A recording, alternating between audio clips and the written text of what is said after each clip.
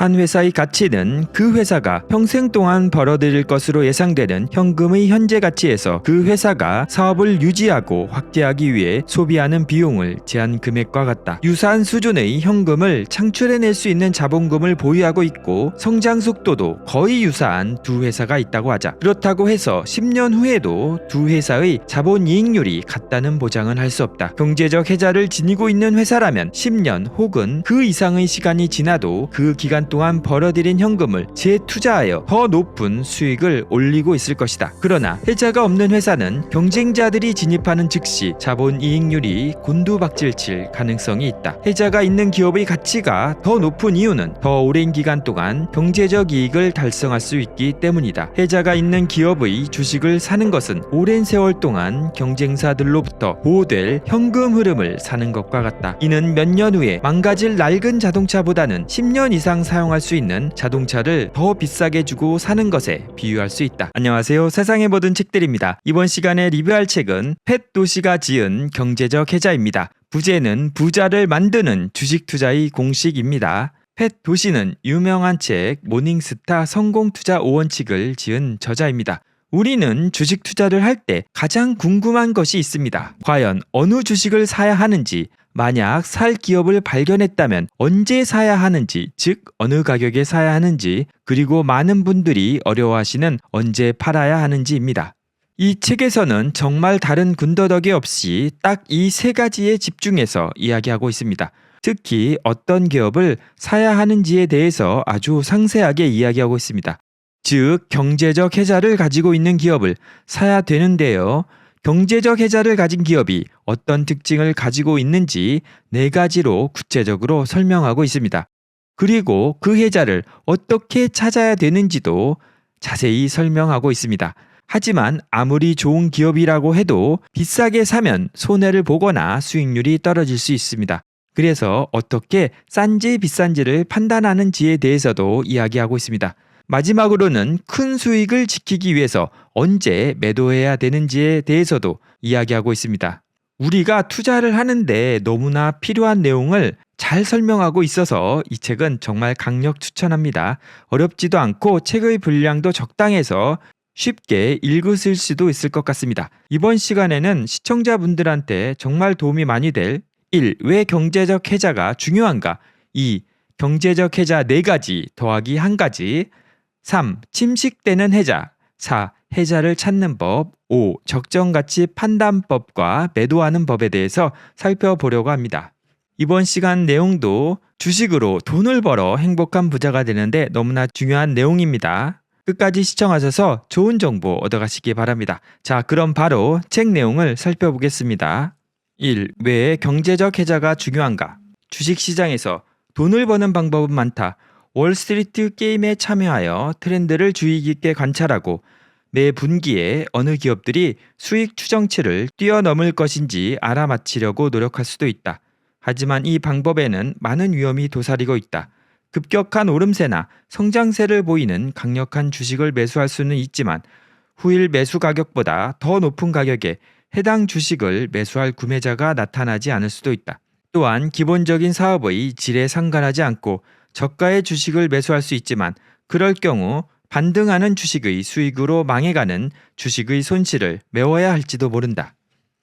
그리고 단순히 우수한 기업의 주식을 합리적인 가격에 사서 오랜 기간 보유함으로써 현금을 늘려나갈 수도 있다. 이 전략은 세계 최고의 투자자들이 사용하고 있지만 놀랍게도 이 전략을 따르는 펀드 매니저들은 그렇게 많지 않다. 이 전략을 실행하기 위해 따라야 하는 게임 플랜은 단순하다. 1단계, 여러 해 동안 평균보다 높은 수익을 낼 수 있는 기업들을 찾는다. 2단계, 그 기업들의 주식이 가치보다 낮은 가격에 거래될 때까지 기다렸다가 매수한다. 3단계, 주가가 과대평가되었을 때 회사가 상승 가도를 달리다가 악화되려고 할 때 또는 더 나은 투자처를 찾을 때까지 이들 주식을 보유한다. 이때 보유 기간은 개월이 아니라 연 단위로 측정해야 한다. 4단계, 필요할 경우 위의 단계들을 반복한다. 이 책은 1단계, 즉 장기적으로 성장 잠재력이 있는 우수한 기업들을 찾아내는 방법에 대한 이야기다. 이것을 할 수 있다면 이미 대부분의 투자자들보다 앞서가고 있는 것이다. 여러 해 동안 높은 이익을 낼 수 있는 기업들을 찾는 일이 왜 그렇게 중요한가? 기업의 목적은 투자자에게 투자를 받아 이익을 창출하는 것이다. 기업은 서비스나 제품 개발에 자본을 투자하여 다시 자본을 창출해내는 커다란 기계일 뿐이다. 좋은 기업이라면 투자된 자본보다 더 큰 자본을 창출할 것이고, 좋지 않은 기업이라면 그 반대의 경우가 발생할 뿐이다. 투자 기업이 장기간에 걸쳐 높은 자본 이익률을 달성한다면 매우 경이적인 속도로 투자자의 부를 늘려줄 것이다. 그러나 이러한 일을 해낼 수 있는 기업은 흔치 않다. 자본 이익률이 높은 기업에는 꿀 주위에 벌레들이 모여드는 것처럼 경쟁자들이 몰리기 때문이다. 이것이 자본주의 원리다. 돈은 언제나 가장 높은 예상 수익을 낼 만한 곳을 찾는다. 당연히 이익이 많이 나는 기업의 문 앞에는 빠른 속도로 경쟁자가 나타나기 마련이다. 일반적으로 자본이익률은 평균 회귀의 특성을 가진다. 즉, 어느 기업의 이익률이 높으면 그 기업을 모방하는 경쟁사들이 모여들게 되면서 수익이 줄어들게 된다. 반대로 이익률이 낮은 기업들은 새로운 사업으로 진입하거나 경쟁사가 떠나면서 수익이 개선된다. 그러나 이러한 특성에도 불구하고 일부 기업들은 오랜 기간에 걸쳐 냉혹한 경쟁을 견뎌낼 수 있다. 이들이 바로 부를 증대시키기 위해 여러분의 포트폴리오의 기반으로 포함시켜야 할 기업들이다.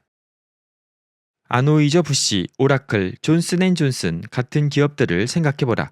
이들은 오랫동안 강력한 경쟁 위협에 맞서 싸우면서 과거에도 그리고 현재에도 매우 높은 자본이익률을 달성하고 있다. 단지 운이 좋았던 것일 수도 있지만 대부분의 기업들에게는 없는 특별한 무엇인가를 가지고 있을 가능성이 높다. 그렇다면 현재 우수할 뿐만 아니라 앞으로 오랫동안 계속 우수성을 유지할 가능성이 높은 이와 같은 기업들을 어떻게 찾아낼 수 있을까? 이 질문에 대한 답은 의외로 아주 간단하다. 투자하려고 하는 기업들에 대해서 다음과 같은 질문 하나를 던져보면 된다. 자금력과 순발력을 갖춘 신규 진입자들이 그 회사의 영역에 발을 들여놓지 못하는 것은 무엇일까? 라고. 이 질문에 대답하려면 경쟁력 또는 경제적 해자라고 하는 구조적 특성을 살펴봐야 한다. 중세시대 성주위에 만들어져 있는 해자가 적들의 공격을 막는 것처럼 경제적 해자는 세계 최고의 기업들이 누리고 있는 높은 자본이익률을 보호해준다. 해자가 있는 기업을 확인하고 그 기업의 주식을 합리적인 가격에 매입할 수 있다면 주식시장에서 성공할 확률을 크게 높여주는 훌륭한 기업들의 포트폴리오를 구축할 수 있을 것이다. 기업들에게 정말로 지속 가능한 경쟁력을 제공하는 특질들은 분명히 존재한다. 우리가 알아야 할 것은 바로 이것이며 이에 대해 상세하게 설명할 것이다. 왜 경제적 해자인가? 대부분의 사람들은 내구성이 뛰어난 물건에 더 많은 돈을 지불하는 것을 당연하게 생각한다. 주식시장에도 이와 같은 개념을 적용할 수 있다. 영속성이 있는 기업, 즉 경쟁력이 뛰어난 기업은 가치가 높은 반면 경쟁력이 없는 기업의 가치는 한순간에 0이 되어 버릴 수도 있다. 이것이 투자자로서 여러분에게 경제적 해자가 의미 있는 가장 큰 이유다. 경제적 해자가 있는 기업은 해자가 없는 기업보다 더 가치가 높다. 따라서 경제적 해자가 있는 기업들을 찾아낼 수만 있다면 정말로 가치가 있는 기업의 주식만 살 수 있을 것이다. 무엇이 주식의 가치를 결정하는지에 대해 생각해보자. 어떤 기업의 주식 한 주를 가진 투자자는 그 회사에 대해 전체 주식 수에서 한 주만큼의 작은 소유권을 갖는다. 한 회사의 가치는 그 회사가 평생 동안 벌어들일 것으로 예상되는 현금의 현재 가치에서 그 회사가 사업을 유지하고 확대하기 위해 소비하는 비용을 제한 금액과 같다. 유사한 수준의 현금을 창출해낼 수 있는 자본금을 보유하고 있고 성장 속도도 거의 유사한 두 회사가 있다고 하자. 그렇다고 해서 10년 후에도 두 회사의 자본이익률이 같다는 보장은 할 수 없다. 경제적 해자를 지니고 있는 회사라면 10년 혹은 그 이상의 시간이 지나도 그 기간 동안 벌어들인 현금을 재투자하여 더 높은 수익을 올리고 있을 것이다. 그러나 해자가 없는 회사는 경쟁자들이 진입하는 즉시 자본이익률이 곤두박질칠 가능성이 있다. 해자가 있는 기업의 가치가 더 높은 이유는 더 오랜 기간 동안 경제적 이익을 달성할 수 있기 때문이다. 해자가 있는 기업의 주식을 사는 것은 오랜 세월 동안 경쟁사들로부터 보호될 현금 흐름을 사는 것과 같다. 이는 몇 년 후에 망가질 낡은 자동차보다 10년 이상 사용할 수 있는 자동차를 더 비싸게 주고 사는 것에 비유할 수 있다. 투자자에게 해자가 중요한 이유는 이것이 기업의 가치를 높여주기 때문이다. 해자를 확인하는 일은 주식을 매수할 기업을 선택하는 일뿐만 아니라 어떤 가격으로 사야 하는지에 대해서도 큰 도움을 줄 수 있다. 해자가 주식 선택 과정의 핵심 부분이 되어야 하는 또 다른 이유는 해자에 대해 생각함으로써 다양한 방법으로 투자 자본을 보호할 수 있다는 것이다. 우선 해자는 투자 원칙을 확고하게 만들어 경쟁력이 불확실한 인기 기업의 주식을 비싸게 살 가능성을 낮출 수 있다. 그런 회사는 일시적으로 자본이익률이 높더라도 결국에는 반드시 경쟁이 치열해지면서 수익이 점점 줄어들게 될 것이다. 이러한 퇴보 과정은 빠르게 진행될 것이고 기업과 투자자 모두에게 고통을 안겨주게 될 것이다. 높은 이익률과 빠른 성장률에 매혹되기는 쉽지만 정말로 중요한 것은 높은 이익률을 얼마나 오랫동안 유지할 수 있는가 하는 것이다. 해자는 어느 날 갑자기 사라져버릴 기업과 진짜 경쟁력을 갖춘 기업을 구별해낼 수 있는 기본 틀을 제공한다. 뿐만 아니라 해자를 정확히 구분할 수 있다면 영구적인 자본 손실, 즉 회복할 수 없을 만큼의 큰 투자 자산을 잃게 될 가능성을 크게 줄일 수 있을 것이다. 해자가 있는 기업들은 시간의 흐름에 따라 자신의 내재 가치를 꾸준히 높일 가능성이 높으므로 설사 당신이 나중에 생각했을 때 약간 높은 가격으로 이들 회사의 주식을 샀다 하더라도 내재 가치의 성장이 투자 수익을 보호해 줄 것이다. 반면에 해자가 없는 기업들은 경쟁이 심해지면 갑작스럽게 내재 가치가 하락할 가능성이 높기 때문에 이런 기업의 주식은 무조건 낮은 가격에 사야 한다. 또한 해자가 있는 기업들은 탄력성이 더 높다. 구조적으로 경쟁력을 갖춘 기업들은 일시적인 어려움이 닥치더라도 회복할 가능성이 더 높다는 것이다. 그래서 코카콜라와 맥도날드를 예로 들고 계시고요.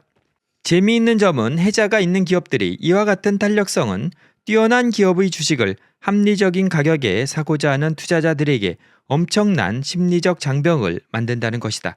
왜냐하면 좋은 기업의 주식은 무언가 문제가 있을 때만 저렴한 가격을 형성하기 때문이다. 하지만 어떤 기업의 주식 가격이 내려가기 전에, 즉 언론의 높은 평가가 갑자기 돌변하기 전에 해자를 분석한다면 그 회사의 어려움이 일시적인 것인지 혹은 치명적인 것인지 판단할 수 있는 통찰력을 갖게 될 것이다. 이게 정말 중요한 것 같습니다. 해자가 있는 기업이 싸게 팔릴 때는 그 기업이 망한다고 할 때 싸지거든요. 하지만 자신이 그 기업을 잘 안다면은 그 싸진 가격에 그 기업을 살 수가 있는 것입니다. 마지막으로 해자는 경쟁의 범주를 정의하는 데 도움을 줄 수 있다. 대부분의 투자자들은 광범위한 산업 분야를 아우러 투자하기보다는 자신이 잘 아는 분야, 예를 들어 금융 서비스 기업이나 IT 기업처럼 특정 분야와 관련된 주식에 투자하는 경향이 있다. 하지만 어떤 특정 분야의 전문가가 되는 것보다 경쟁력이 있는 기업에 대한 전문가가 되는 편이 더 바람직하지 않겠는가? 광대하지만 리스크가 도사리고 있어서 다루기 힘든 투자의 세계에서 자신이 잘 알고 있는 양질의 기업을 고를 수 있다. 이 책에서 내가 하려고 하는 것은 바로 당신을 경제적 해자를 인지할 수 있는 전문가로 만드는 것이다. 당신이 다른 사람들이 보지 못하는 해자를 볼 수 있다면 미래에 훌륭한 기업이 될 기업의 주식을 저렴한 가격에 살 수 있을 것이다. 하지만 이에 못지않게 중요한 사실은 시장에서는 마치 영속적인 경쟁 우위를 지니고 있는 것처럼 가격이 높게 매겨져 있지만 실상 해자가 없는 기업도 득실거린다는 것이다. 이들을 인지할 수만 있다면 자신의 포트폴리오에 손해를 입힐 가능성이 있는 주식들은 피할 수 있게 될 것이다. 그래서 해자가 주식 투자에 너무나 중요하다는 것을 설명하고 계십니다. 경제적 해자에 대해서 기억해야 할 가장 중요한 사실은 회사를 오랫동안 생존하게 하는 것은 회사의 구조적인 특성이며 이것은 경쟁자가 흉내내기 매우 어렵다는 것이다. 경제적 해자의 관점에서는 회사의 경영 능력보다 이미 내재되어 있는 구조적인 경쟁력이 더 중요하다. 즉, 주어진 패를 어떻게 다루는가 보다는 처음부터 어떤 패를 들고 있었는가가 더 중요시된다. 어떤 회사들은 이미 구조적으로 다른 회사보다 더 우월한 위치에 놓여 있는 것이 냉정하지만 엄연한 현실이다. 제약회사나 은행은 아무리 관리가 부실하다 하더라도 정유회사나 자동차 부품 회사보다 장기적으로는 더 높은 자본이익률을 달성할 것이다. 그러니 진주 목걸이를 한다고 해도 돼지는 결국 돼지에 불과할 뿐이다. 월스트리트에서는 일반적으로 단기적인 성과에 초점을 맞추기 때문에 투자자들은 단기적인 수익을 장기적인 경쟁력과 혼동하기 쉽다. 경험에 따르면 가장 흔한 실체 없는 해자는 뛰어난 제품, 높은 시장 점유율, 운영 효율성, 그리고 우수한 경영진이다. 이 네 가지 덫은 어떤 회사가 경제적 해자를 지니고 있다고 착각하도록 유혹하지만 사실은 그렇지 않을 가능성이 높은 것들이다. 되게 의아하죠. 그런데 이 뒤에 왜 이게 경제적 해자가 아니냐를 자세히 설명하고 있습니다. 관심 있으신 분들은 꼭 한번 읽어보시기 바랍니다. 시간이 없어가지고 자세한 설명하는 거는 좀 건너뛰겠습니다. 진짜 해자들, 우수한 제품, 높은 시장 점유율, 운영 효율성, 뛰어난 경영자가 모두 믿을 수 있는 경제적 해자의 지표가 아니라면 도대체 무엇을 보고 판단해야 하는가? 여러분이 주의해서 볼 것들은 다음과 같다. 1. 무형자산. 경쟁자들이 따라올 수 없는 제품이나 서비스를 판매할 수 있는 기반이 되는 브랜드, 특허, 법적 라이선스와 같은 무형자산을 지니고 있는 회사.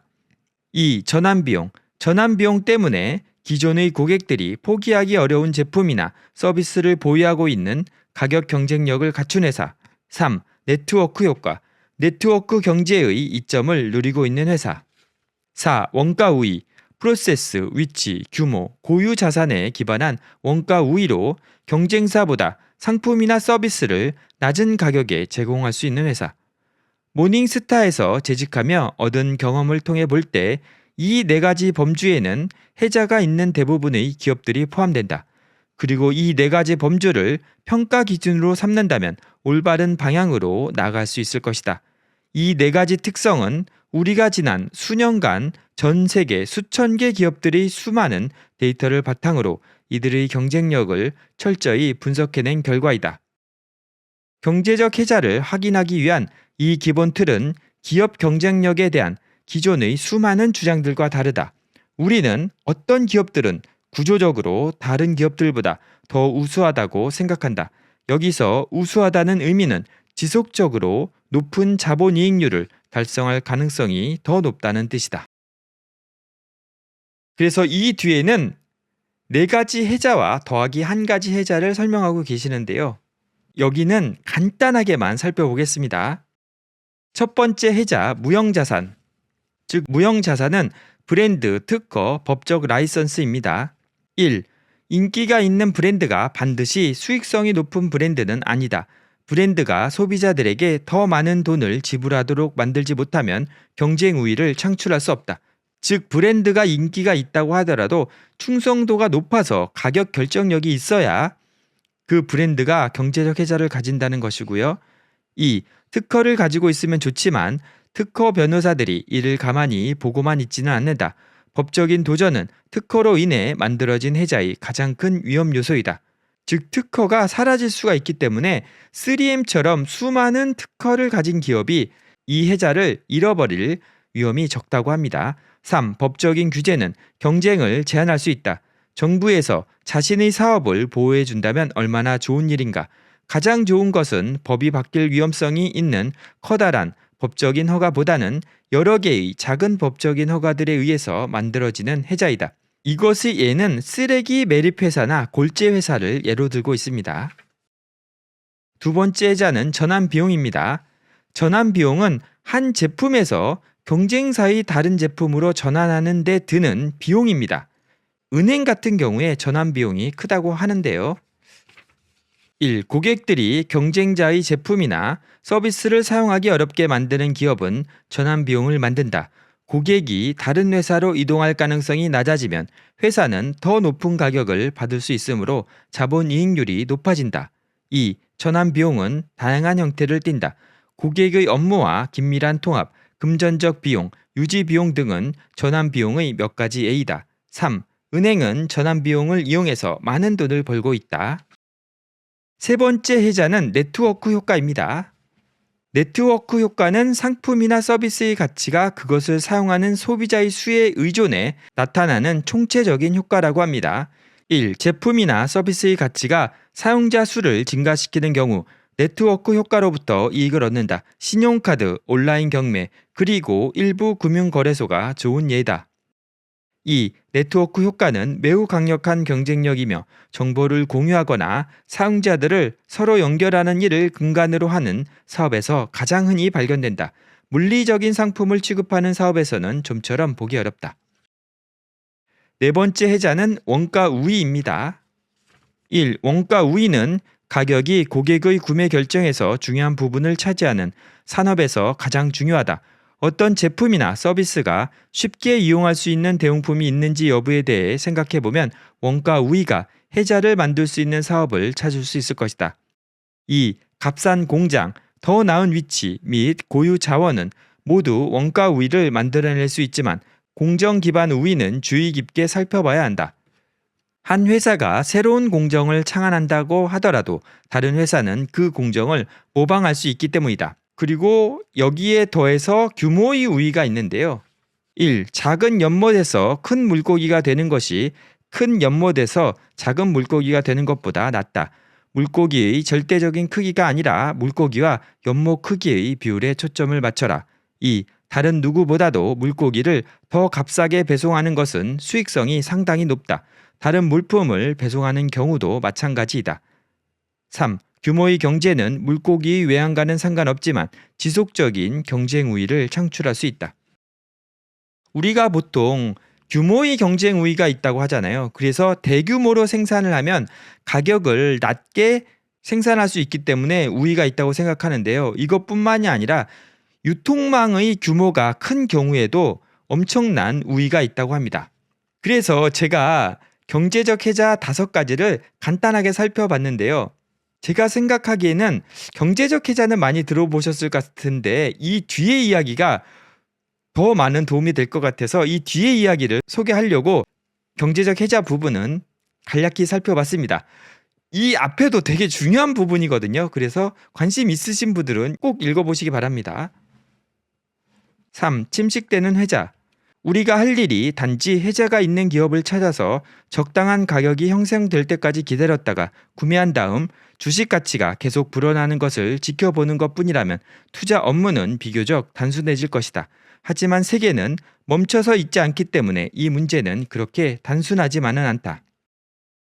세계 최고의 분석도 경쟁 환경의 예상하지 못한 변화로 인해 아무짝에도 쓸모없게 돼버릴 수 있다. 30년 전 폴라로이드는 사람들이 사진 촬영 방식을 혁신시켰지만 디지털 카메라가 필름 카메라에 관해 마지막 못을 치기 오래전부터 이 회사는 천천히 죽어가고 있었다. 장거리 전화와 신문은 한때 높은 수익을 올리는 견실한 사업이었지만 이제는 돈을 벌기 위해 발버둥 쳐야 한다. 이와 비슷한 사례들은 수도 없이 많다.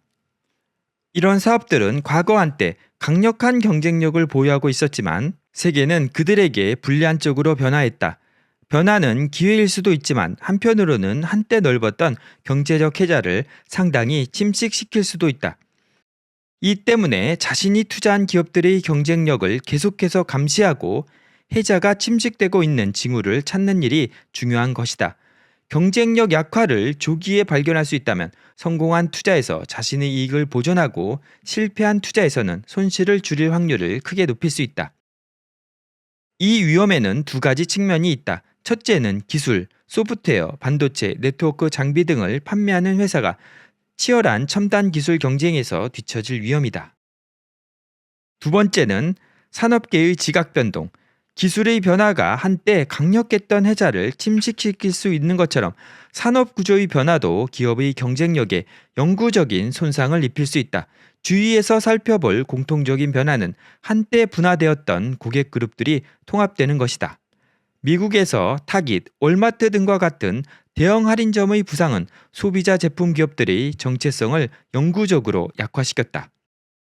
즉 산업 구조가 바뀌면서 어떤 기업은 이득을 보지만 어떤 기업은 손실을 보게 되는 것입니다. 전기차가 보편화되면 기존의 내연기관 자동차를 만드는 회사들은 경쟁력을 순식간에 잃어버릴 수도 있는 것과 비슷한 것입니다. 3.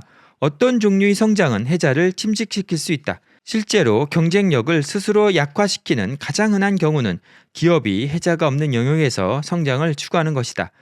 대부분의 기업 경영자들은 큰 것은 항상 좋다고 생각한다. 그래서 그들은 수익성이 낮은 사업으로 확장을 하는 것이다. 즉 해자를 통해 돈을 많이 버는데 이것을 수익성 낮은 사업으로 확장하면서 해자가 줄어드는 것입니다. 아니요, 나는 지불하지 않겠습니다. 이는 해자가 침식되는 원인이라기보다는 징후에 가깝지만 어쨌든 중요하다. 정기적으로 가격을 올려왔던 기업이 고객들의 압력을 받기 시작하면 그것은 이 기업의 경쟁력이 약화되었다는 강력한 신호이다. 물리학자이자 철학자인 닐스 보어는 이런 말을 했다. 예측은 매우 어렵다. 특히 미래에 대한 예측은 더욱 어렵다. 그러나 기업 경쟁력의 지속 가능성을 평가할 때 우리는 미래에 대한 예측을 하지 않을 수 없다. 가끔 미래는 우리에게 풀기 어려운 문제를 낸다. 그럴 때마다 우리는 어떤 기업의 해자가 아직도 건재한지 혹은 예기치 못한 사건들로 인해 그 기업의 경쟁력이 영구적인 손상을 입었는지 재평가해 보아야 한다. 제가 그동안 해자가 있는 기업에 대한 이야기를 하는 책은 많이 봤는데요. 그 기업이 어떻게 하면 침식당할 수 있는지에 대해서는 다룬 책을 거의 못 봤거든요. 그래서 이 부분이 되게 중요하다고 생각돼서 소개를 해드렸습니다. 네 번째는 해자를 어떻게 찾을 것인가입니다. 어떤 산업에서는 다른 산업에 비해 해자를 파기가 훨씬 더 쉽기 때문이다. 이것은 매우 중요한 점이기 때문에 다시 한번 강조할 필요가 있다. 일부 산업들은 경쟁이 엄청나게 치열하지만 경쟁성은 매우 낮다. 이런 산업에서 경쟁력을 얻으려면 경영계의 노벨상을 받을 만큼 뛰어난 경영 능력이 필요하다. 반면 어떤 산업들은 경쟁이 심하지 않으며 평균적인 기업들도 상당한 자본이익률을 유지할 수 있다. 세상은 공평하지만은 않다. 현명한 투자자라면 높은 장애물을 극복해야만 하는 산업에서 장기적인 성공을 거두고 있는 기업을 찾기보다는 그리 높지 않은 장애물만 넘으면 성공할 수 있는 산업에서 좋은 기업을 찾을 확률이 높다는 것을 안다. 그래서 자동차 부품 산업은 산업 자체가 해자를 갖기 힘들고 자산관리 산업은 산업 자체가 해자를 갖기 쉬운 구조라고 합니다. 이게 정말 중요한 것 같습니다. 표 9-1은 모닝스타가 취급하는 2,000개가 넘는 주식 종목들을 부문별로 나누어서 어느 시장 부분이 가장 많은 해자를 갖고 있는지 볼 수 있도록 하였다. 그래서 표 9-1에서는 어느 부분에 해자가 많이 있는지 설명해 주고 있습니다. 이게 표 9-1입니다. 소프트웨어, 미디어, 통신, 의료 서비스, 사업 서비스, 소비자 상품, 에너지, 공공사업 분야에서 해자를 많이 가지고 있다고 합니다. 책에서는 이것을 자세히 설명하고 계시는데요. 관심 있으신 분들은 꼭 보시기 바랍니다. 여기도 되게 중요합니다. 이제 해자가 더 오랜 기간 동안 수익성을 유지하도록 함으로써 기업의 가치를 증가시킨다는 사실을 당신도 이해했으리라 믿는다. 그렇다면 어떤 기업의 수익성을 측정하는 가장 좋은 방법은 무엇일까? 이것은 간단하다. 사업에 투자한 자금에 비교하여 얼마나 많은 이익이 발생하는지 보면 된다. 수치 관점에서 보면 이것은 위대한 기업을 평범한 기업들과 구분하는 중요한 열쇠이다. 모든 회사가 하는 일이 자금을 구해서 프로젝트, 제품, 서비스에 투자하여 더 많은 돈을 버는 것이기 때문이다. 들어간 자금에 비해 나오는 자금이 더 많을수록 더 좋은 사업인 것이다. 어떤 기업이 사용한 자본금 1달러당 경제적 이익을 얼마나 발생시켰는지 파악하면 그 회사가 자본금을 얼마나 효율적으로 사용하고 있는지 알 수 있다. 자본금을 더 효율적으로 사용하는 기업이 더 빠르게 주주의 재산을 증가시킬 수 있기 때문에 더 좋은 기업이고 더 좋은 투자처이다. 우리는 어떤 기업이 달성한 수익률을 측정함으로써 그들이 자본을 이익으로 전환시키는 일을 얼마나 잘하고 있는지 알 수 있다. 그러면 자본이익률은 어떻게 측정하는가? 세 가지 가장 일반적인 방법은 총자산이익률 ROA, ROE, 자기자본이익률 ROIC이다. 이들 각각은 약간 다른 방법으로 같은 정보를 제공한다. 그래서 여기서는 ROE만 살펴보겠습니다. 자본이익률에 관한 전반적인 척도인 ROE로 들어가 보자. ROE는 회사가 주주들의 자본금을 얼마나 효율적으로 사용하는지를 측정한다. 주주들의 자본금 1달러당 이익금을 측정한다고 생각하면 된다. ROE 한 가지 결함은 회사들이 수익 없이 부채를 끌어안음으로써 자신들의 ROE를 부풀릴 수 있다는 것이다. 따라서 ROE를 볼 때는 부채를 함께 보는 것이 좋다. 당신은 합리적인 회계결산 수치로서 15%를 사용해야 한다. 즉 끊임없이 15% 혹은 그 이상의 ROE를 달성하고 있는 회사라면 10중 8구는 경제적 혜자를 가지고 있는 것이다. 그래서 이 ROE를 꾸준히 10년 동안 15에서 20% 이상을 유지하고 있으면 경제적 혜자가 있다고 보면 된다고 합니다. 돈이 있는 곳으로 가라. 혜자는 더 오랜 기간 동안 수익성을 유지할 수 있게 해주기 때문에 기업의 가치를 높여준다. 그리고 우리는 자본이익률을 이용하여 수익성을 측정하고자 한다. 자금을 효율적으로 사용하는 기업들은 주주들의 자본금을 더 빠르게 증가시키기 때문에 이는 합리적으로 들린다. 그렇다고 혜자가 단순히 더 강하고 더 가치 있는 기업을 찾는 도구로만 쓰이는 것은 아니다. 혜자는 당신의 주식 종목 선택 과정에서 핵심이 되어야 하는 것이다. 반면 기억해야 할 것은 주식시장의 모든 부분에 투자할 필요는 없다는 것이다. 유행을 쫓아서 그 산업의 경제성이 매력적인지에 대한 고려 없이 이 산업, 저 산업을 기웃거리는 것은 좋지 않다. 유명한 은행 강도 월리 서튼은 은행에 돈이 있기 때문에 은행을 턴다고 말했다. 투자자로서 여러분은 윌리의 논리를 기억해야 한다. 어떤 산업은 구조적으로 다른 산업보다 더 수익성이 높고 혜자가 많다. 장기적인 투자 자금은 반드시 그런 산업을 따라가야 한다. 이것도 명심해야 될 것 같습니다. 그리고 우리는 보통 경영진이 훌륭하면 좋은 회사라고 얘기를 하는데요. 이게 경제적 혜자와는 상관이 없다고 합니다. 투자자는 경쟁력이 심한 산업에서 능력 있는 CEO의 비전을 통해 혜자를 구축하는 데 성공한 기업처럼 예외적인 경우를 더 잘 기억한다. 스타벅스, 델, 뉴코, 베드베스 앤 비욘드, 베스트바이 등과 같은 기업들은 모두 엄청나게 경쟁이 심한 산업에서 성공을 거둠으로써 주주들에게 엄청난 수익을 안겨주었다. 그러나 이들 기업의 성공에 생각이 고정되어 그들의 경험이 예외라기보다는 일반적인 경우라고 믿는다면 우리는 가능성을 확률로 착각하는 것이다. 그것은 좋지 않다. 성공적인 투자의 중요한 요소는 확률을 자신에게 유리하게 쌓아 올리는 것이기 때문이다. 여기도 엄청 중요한 문장이죠.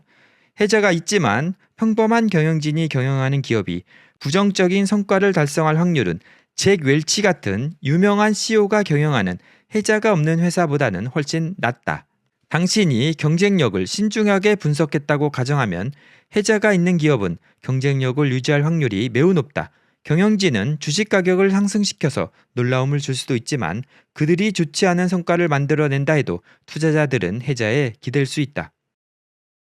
반면에 혜자가 없는 기업은 경쟁이 심한 환경에서 성공하기 위해 더 많은 어려움을 극복해야 하고 경영진의 능력이 우리가 생각한 것 이상으로 탁월해야 한다.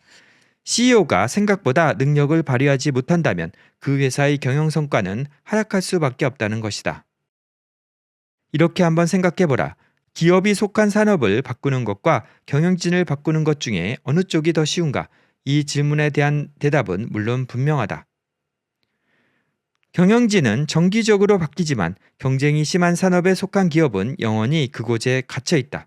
우리는 일부 산업이 구조적으로 다른 산업보다 경제성이 뛰어나다는 사실을 알기 때문에 CEO보다는 기업이 속한 산업이 지속적으로 높은 자본이익률을 달성하는 능력에 더 큰 영향을 미친다는 사실을 알 수 있다. 이것이 이치에 맞는 것이다. 경영진은 중요하지만 기업의 구조적인 경쟁력에 의해 정해진 경계선 내에서만 중요하다. 어떤 CEO도 진공 상태에서 경영하지 않으며 위대한 경영자가 회사의 가치를 높여줄 수는 있지만 경영진 자체는 영속적인 경쟁력이 아니다. 이것도 참 시사하는 것이 큰 것 같습니다. 그래서 저자가 기업이 해자를 가지고 있는지 여부를 판단하는 방법을 이야기해 주고 계시거든요. 표 11-1은 기업이 해자를 가지고 있는지 여부를 판단하기 위해 내가 사용하는 3단계 과정을 보여준다. 1단계는 과거의 실적을 보는 것이다. 즉 그 회사가 과거에 상당한 자본이익률을 달성한 적이 있는지 파악하는 단계이다. 이를 분석할 때 당신은 가능한 한 장기간에 걸친 자본이익률을 봐야 한다. 1에서 2년 정도 자본이익률이 낮았다고 해서 해자가 없어지는 것은 아니다. 회사가 과거에 상당한 자본이익률을 달성했는가에 대한 대답이 부정적인 경우 미래가 과거와 크게 달라질 가능성이 없다면 해자가 없는 것이다. 결국 경쟁력은 숫자로 나타나야 하는 것이다. 초과 이익을 벌 수 있는 능력이 입증되지 않은 기업이라면 희망을 걸 대상이 아니다. 과거에 낮은 자본이익률을 달성한 기업이 앞으로 더 나은 성과를 달성할 가능성은 있지만 그와 같은 낙관적인 전망을 하려면 기본적인 사업의 경제성에 크고 긍정적인 변화가 있어야 한다. 그런 일은 실제로도 일어나며 구조적으로 향상된 기업을 찾는다면 많은 돈을 벌 수 있지만 이와 같은 기업은 일반적인 경우라기보다는 예외적인 경우라 할 수 있다. 그러므로 일반적으로 견실한 자본이익률에 대한 증거가 없다면 해자가 없는 것과 같다. 그러나 어떤 기업이 우수한 자본이익률을 달성해 왔다면 우리가 할 일은 더 까다로워진다. 2단계는 경쟁력을 찾는 것이다. 즉 그 회사가 경쟁자들을 물리치고 초과 이익을 얻을 수 있었던 이유를 밝히는 것이다. 결국 자본이익률이 우수한 기업도 그와 같은 수익이 미래에도 계속 이어질 것이라는 구체적인 이유가 없다면 해자가 없을 가능성이 있다. 계속해서 높은 수익률이 유지될 것이라는 근거에 대해서 생각하지 않는 것은 백미러만 보고 운전하는 것과 같이 결코 좋은 생각이라고 할 수 없다. 소매업과 레스토랑 체인을 생각해보라. 소비자들에게 있어 전환 비용이 매우 낮기 때문에 이 산업에 속한 기업들이 해자를 가지려면 규모와 잘 확립된 브랜드 또는 다른 견실한 이점이 있어야 한다. 이점이 없다면 현재의 높은 자본이익률도 매우 빠르게 사라져 버릴 수 있다. 역사는 처음 몇 년 동안 성공을 거두었다가 추락해버린 인기 있는 소매점이나 레스토랑 콘셉트로 가득 차 있다. 이 두 번째 단계에서 우리는 모든 경쟁력 분석 도구들을 적용해 봐야 한다. 그 기업에 브랜드가 있는가? 특허는 고객들이 경쟁 상품으로 전환하기가 어려운가? 원가를 계속 낮게 유지할 수 있는가? 네트워크 경제에서 이익을 얻을 수 있는가? 파괴적 기술이나 업계의 역학 변화에 영향을 받는가? 등 가능한 한 질문들을 모두 해봐라. 경쟁력의 증거를 발견했다는 가정이 성립되면 3단계는 그 경쟁력이 얼마나 오랫동안 지속될 것인지를 파악하는 것이다. 어떤 해자는 존재하기는 하지만 그 해자 위에 쉽게 다리를 놓을 수 있는 반면 어떤 해자는 매우 넓어서 앞으로 오랫동안 높은 자본이익률을 자신 있게 예측할 수 있다. 이것은 명백히 주관적인 판단이다. 그리고 해자의 가치는 얼마인가입니다. 투자가 경제적 해자가 있는 우수한 기업을 찾는 것만큼 간단한 일이었다면 주식시장에서 돈을 벌기가 훨씬 더 쉬웠을 것이다. 그리고 이 책은 거기서 끝났을 것이다. 현실에서는 주식에 지불하는 가격이야말로 미래의 ROI, 투자자본 이익률에 매우 중요한 영향을 미친다. 그래서 프롤로그의 첫 번째 페이지에서 게임 플랜의 두 단계를 이렇게 썼던 것이었다. 주식의 가치보다 낮은 가격에 거래될 때를 기다렸다가 매입한다. 그래서 많은 사람들이 기업의 가치 평가를 안 하고 투자를 한다고 합니다. 기업을 평가할 때는 두 가지 난제에 부딪힌다. 첫째는 모든 기업이 약간씩 다르기 때문에 절대적인 비교가 어렵다는 것이다. 성장률, 자본이익률, 경쟁력 그리고 수많은 다른 요인들이 기업의 가치에 영향을 미치기 때문에 두 개의 회사를 서로 비교하는 것은 어려운 과제이다. 둘째로 한 기업의 가치는 미래의 재정적 성과와 직접 연결되어 있다는 것이다. 미래의 재정적 성과를 정확하게 알 수는 없지만 과거의 경험을 바탕으로 약간의 추정은 할 수 있다. 이러한 이유 때문에 대부분의 사람들은 주식에 대해 구하기 어려운 정보, 즉 사업적 가치 대신 쉽게 구할 수 있는 정보, 시장 가격에 초점을 맞춘다. 이것은 좋지 못한 소식이다. 하지만 우리에게 좋은 소식 한 가지는 주식을 매입하기 전에 기업의 정확한 가치를 알 필요는 없다는 것이다. 우리가 알아야 할 것은 단지 현재 가치가 그 기업이 달성 가능한 가장 높은 가치보다 낮다는 것이다. 그래서 예를 드시는데요. 2007년 여름에 몇 년 동안 관찰했던 CEB라는 기업의 주가가 1년 동안 반토막이 났다고 합니다. 이 회사는 몇 년 동안 연간 30%가 넘는 빠른 속도로 매출과 순이익이 증가했었다. 하지만 다양한 이유로 벽에 부딪혔고 매출 성장 속도는 크게 느려졌고 순이익 성장은 약 10%로 하락했다고 합니다. 약간의 조사를 해보고 나서 나는 이 회사가 시장에서 성장할 여유가 상당히 많다는 것을 확신했다. 이 기업의 경쟁력이 아직 강하다는 사실도 자신했다. 다시 30%의 성장률을 달성할 것인가 아니면 향후 성장률이 15% 정도로 크게 하락할 것인가 정말로 미래는 알 수 없는 것이다. 이 두 가지 시나리오에 따라 주식 가치 평가는 크게 차이가 났다. 내가 그 주식을 산 이유는 무엇일까? 나는 CEB 주식의 가치는 정확히 알지 못했지만 그 시점의 주가가 10%의 시장 성장률을 가정하고 있음을 암시하고 있다는 것을 알고 있었다. 따라서 나는 그 기업이 10%보다 더 빨리 성장할 수 있는 가능성이 얼마나 되는지 판단하기만 하면 되었다. 내 연구에 근거하여 그것이 매우 가능성이 낮은 결과라고 생각했기 때문에 나는 그 주식을 매입했다. 만일 이 회사가 15%의 성장률을 회복한다면 나의 투자는 상당히 괜찮은 수익을 달성할 수 있을 것이었다. 만일 그 기업이 20%가 넘는 성장률을 달성한다면 홈런을 친 것일 테고 말이다. 기업이 한 자릿수 성장률로 퇴보할 경우에만 돈을 잃게 될 것이고 나는 그런 일이 일어날 확률은 꽤 낮다고 생각했다. 이 사례에서 나는 성장률이 어떻게 될지 알아보기 위해 주식 가격을 역으로 계산했다. 이때 중요한 점은 미래를 정확히 알지 않아도 되며 단지 주가가 암시하고 있는 것보다 미래가 더 밝을 가능성이 높다는 사실만 알면 된다는 것이다. 22의 경우 나는 주식의 가치가 85달러에서 130달러일 것이라고 생각했으며 주식 가격이 주당 65달러보다 많이 낮아지지는 않을 것이라고 확신했다. 어쨌든 시간이 흐르면 내가 옳은지 여부가 밝혀질 것이다. 기업의 주식 가치를 추정하는 이 간단한 연습은 잠재적인 가치보다 낮은 가격에 주식을 사는 중요한 방법이다. 가치보다 낮은 가격의 주식을 사려면 주식의 가치가 얼마인지에 대한 생각이 있어야 하기 때문이다. 이상하게 들리지만 한 번도 자신이 사는 주식의 가치를 평가해 본 적이 없는 투자자들이 놀라울 정도로 많다. 근데 시간이 너무나 많이 돼서 일단은 매도를 해야 하는 경우만 간단히 살펴보겠습니다. 이 뒤에도 정말 중요한 게 많은데요. 이거는 꼭 설명을 해드리고 싶은데요. 세 종류의 기업평가 도구가 있다. 주가 배수, 수익, 그리고 내재 가치라는 것이 있다. 이 세 가지는 투자 도구 모음에서 소중한 것들이다. 현명한 투자자라면 구매를 할 때 이 중 두 가지 이상을 적용해 보아야 한다. 내재 가치는 약간 더 복잡하고 할인 현금 흐름이라는 약간 전문적인 방법이 필요하며 이는 이 책의 범위를 벗어난다. 그래서 생략하고 먼저 주식의 수익에 영향을 주는 요인이 무엇인지 간단히 살펴보면 주가 배수와 수익을 이해하기가 더 쉬워질 것이다. 장기적으로 주식의 가격을 올리거나 낮추는 것은 두 가지 요인밖에 없다.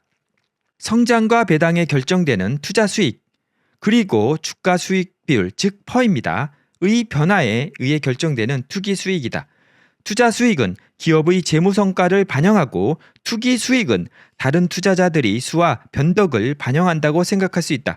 어떤 주식이 주당 10달러에서 15달러로 올랐다고 하면 그것은 주당 수익이 1달러에서 1.5달러로 증가했기 때문일 수도 있고 주당 1달러라는 가치가 동일해도 퍼가 10에서 15로 올랐기 때문일 수도 있다. 전자의 경우는 주가가 완전히 투자 수익에 따라서 움직인 것이고 후자의 경우는 순전히 투기 수익으로 인해서 주가가 상승한 것이다. 당신의 투자 연구를 해자가 있는 기업으로 집중한다면 투자 수익이 극대화될 것이다. 그것이 경제적 가치를 창출하고 장기간에 걸쳐서 수익을 증가시키는 기업을 찾는 것이기 때문이다. 가치평가에 주의를 기울임으로써 당신은 부정적인 투기 수익의 위험을 최소화할 수 있다. 다시 말해서 다른 투자자들의 기분이 바뀌어 자신의 투자 성과가 상처를 입을 가능성을 낮추는 것이다.